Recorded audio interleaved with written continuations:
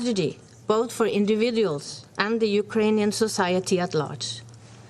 The parties to the conflict in Ukraine must comply with their obligation under international law, including human rights law and international humanitarian law, and ensure the protection of the civilian population and detainees.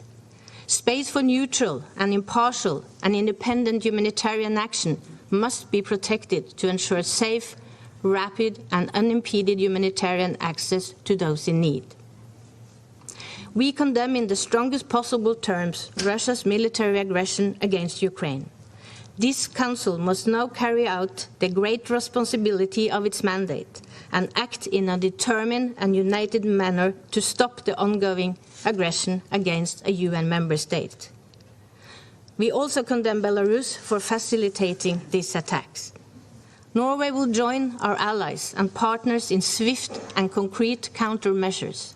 This includes the alignment of Norway to the intensified sanctions of the European Union. Let me conclude by reiterating Norway's unwavering support for Ukraine's sovereignty, territorial integrity within its internationally recognized borders. Thank you. Thank you. I now give the floor to the representative of Ireland.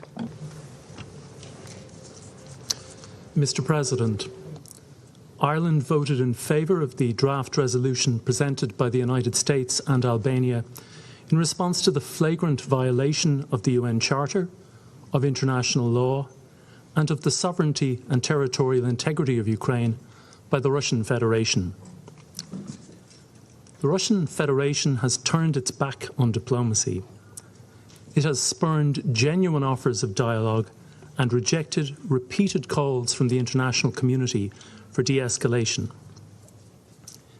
Instead, it has launched an unjustified and unprovoked attack on Ukraine, an attack that continues today to rain death and destruction on Ukraine and its people. We condemn these actions outright.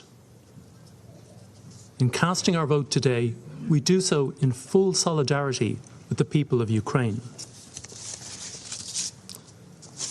This Council has a responsibility to act in the face of conflict, to protect international peace and security, to uphold the principles the world agreed upon in response to the utter devastation of the Second World War.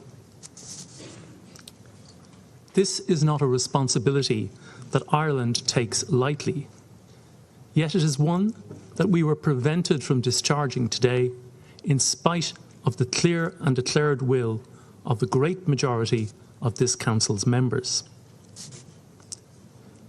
Mr. President, we deeply regret the use of the veto today by the Russian Federation. The veto is an anachronism which has no place in today's world.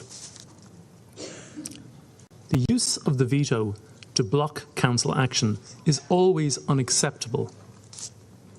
Its use today in blatant defence of military aggression is reprehensible. However, the veto in no way obscures the plain facts of Russian aggression against Ukraine, nor will it hinder the international community's response to Russia's blatant breaches of international law, as demonstrated by the broad co-sponsorship of today's resolution by the wider UN membership.